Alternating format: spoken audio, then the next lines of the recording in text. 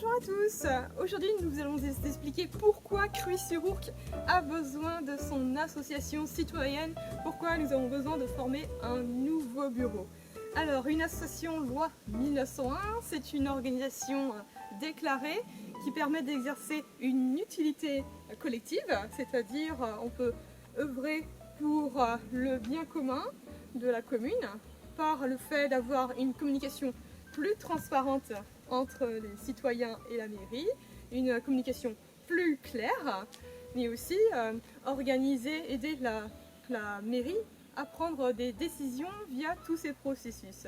Cela ne veut pas forcément dire qu'on va faire d'éternelles réunions, tout se fera grâce à la liberté d'adhérer, mais aussi à la liberté démocratique, c'est-à-dire le principe un homme, une voix, c'est-à-dire que chaque adhérent pourra voter au conseil d'administration et décidera de l'avenir de l'objet de l'association, comment elle va évoluer dans le temps, si elle a une durée de vie limitée, s'il faut élire un nouveau bureau. Alors c'est le principe de la liberté d'adhérer dans les associations, donc c'est des petits organismes démocratiques, des petites gouvernances qui sont bien utiles, surtout lorsqu'elles sont déclarées, leur voix peut mieux être entendue.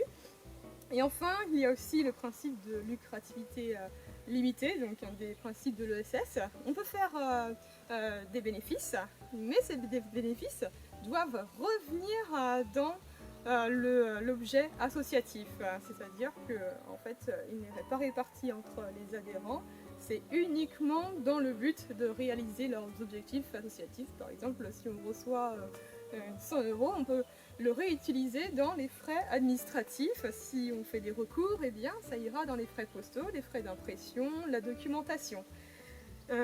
Également, une association ne rime pas forcément avec subvention, éternelle réunion. Dès qu'il y a une subvention, bien sûr, c'est là qu'il faut déclarer comment on la reçoit, comment on la dépense.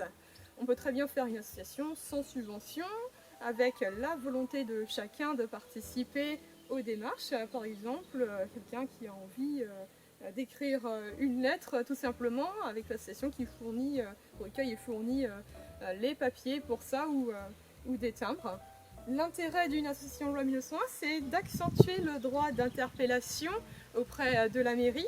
Le droit d'interpellation, c'est un droit constitutionnel où lorsqu'il y a 10% des inscrits sur la commune qui signent une pétition, eh bien, ils peuvent imposer une question au conseil municipal. Alors à Cruy-sur-Ourcq, 10% des inscrits, ça représente au moins 130 signatures. Par exemple, on peut demander une question à la mairie, au conseil municipal, et demander « Oui, est-ce que vous pourriez être d'accord pour voter la création d'un centre associatif, centre d'accueil des associations ?» Et si il y a au moins 130 signatures qui peuvent être faites, eh bien, on peut demander la mairie à voter pour ce projet, oui ou non, tout simplement. Donc, avec ce droit d'interpellation, eh bien, cela permet de mieux officialiser l'élan d'avis auprès de la mairie. La mairie ne peut pas ignorer la volonté des citoyens.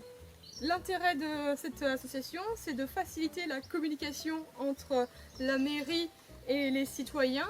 On crée des outils et des organes de collaboration, de discussion, de facilitation de la collecte d'informations. On peut aussi exercer un contre-pouvoir sur les décisions locales, mais aussi intercommunales. On peut faire un élan de manifestation de l'avis de la population, mais aussi exercer une fonction de signalement lorsqu'il y a un problème, mais aussi représenter un organe consultatif auprès de la mairie lorsque l'association prend de l'ampleur. Ainsi, l'association peut exercer un pouvoir, mais aussi un contre-pouvoir envers les administrations, et lorsqu'elle est déclarée, eh bien, elle est mieux reconnue.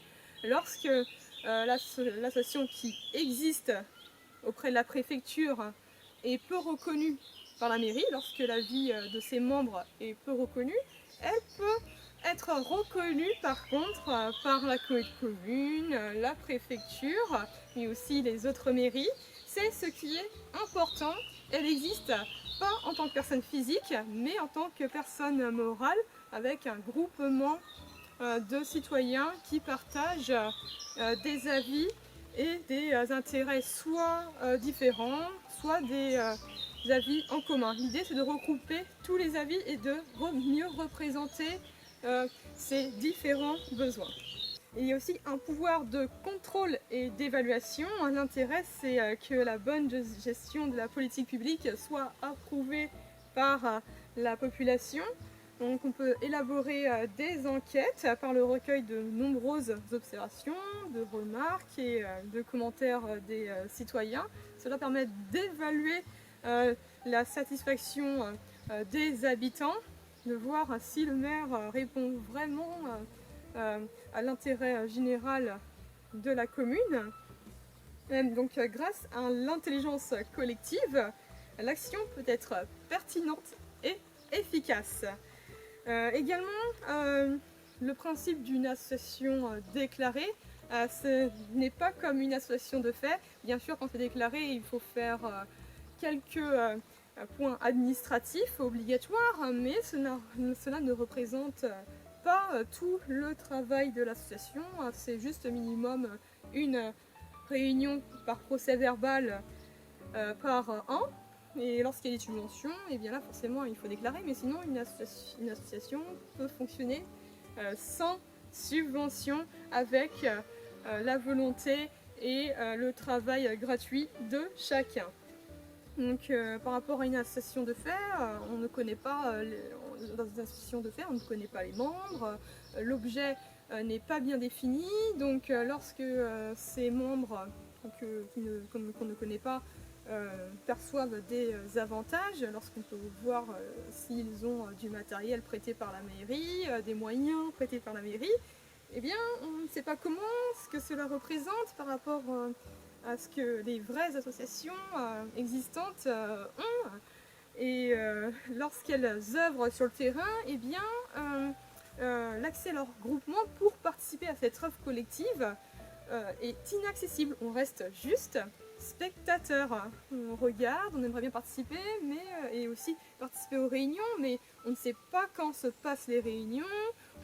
Si on peut participer aux réunions, eh bien on n'aura peut-être pas le droit à l'expression, au vote, rien.